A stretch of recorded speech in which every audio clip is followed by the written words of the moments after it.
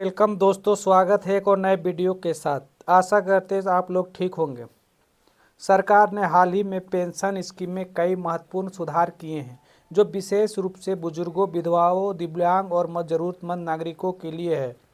इन बदलावों का मुख्य उद्देश्य यह सुनिश्चित करना है कि पेंशन समय पर और सीधे लाभार्थियों तक पहुँचे, बिना किसी अड़चन या देरी के। लंबे समय में पेंशन संबंधी नियम थोड़े जटिल और पेचीदा रहे हैं, जिससे कई लोग सही समय पर मदद नहीं ले पा रहे थे।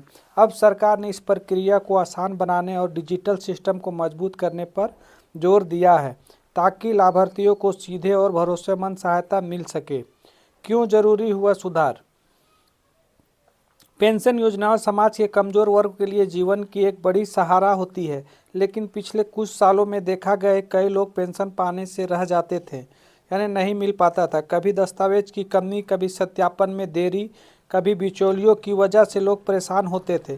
साथ ही महंगाई बढ़ने के चलते पुरानी पेंशन राशि काफ़ी कम पड़ने लगी थी। इन कारणों से सरकार ने पेंशन प्रणाली में सुधार की ज़रूरत महसूस की। अब इसका मकसद है कि हर ज़रूरतमंद को समय पर और सही मदद मिल सके। पेंशन राशि में हुए बदलाव। नए नियमों के तहत पेंशन राशि में बढ़ोतरी की गई है, ताकि लाभार्थियों को महंगाई के बीच बेहतर सहारा मिल सके। कुछ श्रेणियों में मासिक पेंशन बढ़ाई गई है, जबकि कुछ राज्य में केंद्र और राज्य सरकार के योगदान को संतुलित किया गया है। इसका सबसे बड़ा फायदा उन परिवारों का होगा जिनकी मुख्य आय पेंशन ही है और उनसे ही उनका सब कुछ चलता है। अब वह बेहतर और स्थिर राशि पर भरोसा कर सकते हैं, जिससे उनकी आर्थिक सुरक्षा मजबूत होगी। समय पे पैसा मिलेगा, सब कुछ समय पे होगा, तो कोई काम अपना कर सकते हैं। नियम को सरल बनाना।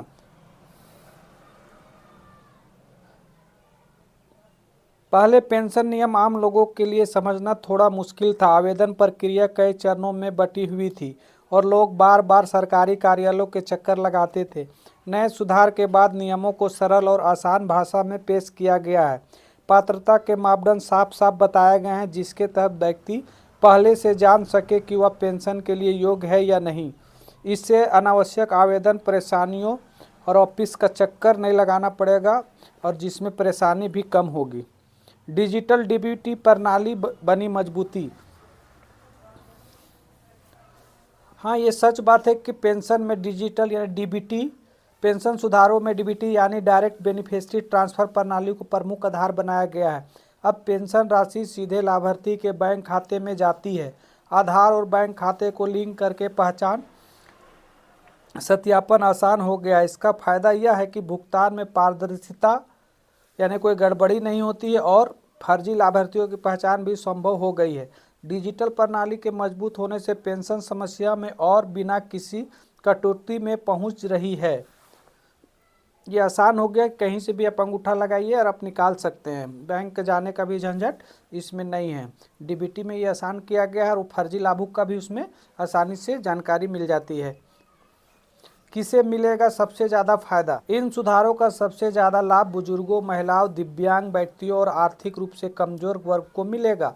ग्रामीण क्षेत्र में रहने वाले लोग, जिन्हें पहले जानकारी की कमी की वजह से पेंशन नहीं मिल पाती थी, अब आसानी से आवेदन कर सकते हैं। शहरी गरीब वर्ग के लिए भी प्रक्रिया आसान कर दी गई है, जिससे बिना किसी परेशानी योजना का फायदा उठा सकते हैं। आवेदन प्रक्रिया अब और आसान हो गया है। सरकार ने नई पेंशन व्यवस्था में आवेदन करना पहले से बहुत आसान हो गया है। अब ऑनलाइन पोर्टल और नज़दीकी सेवा केंद्र के जरिए आवेदन किया जा सकता है। ज़रूरी दस्तावेजों की संख्या कम कर दी गई है, अब उन्हें सरल तरीके से जमा किया जाता है। साथ ही आवेदन की स्थिति ऑनलाइन ट्रैक करने की सुविधा दी गई है, जिससे लाभार्थी को बार बार जानकारी लेने की ज़रूरत नहीं पड़ती है।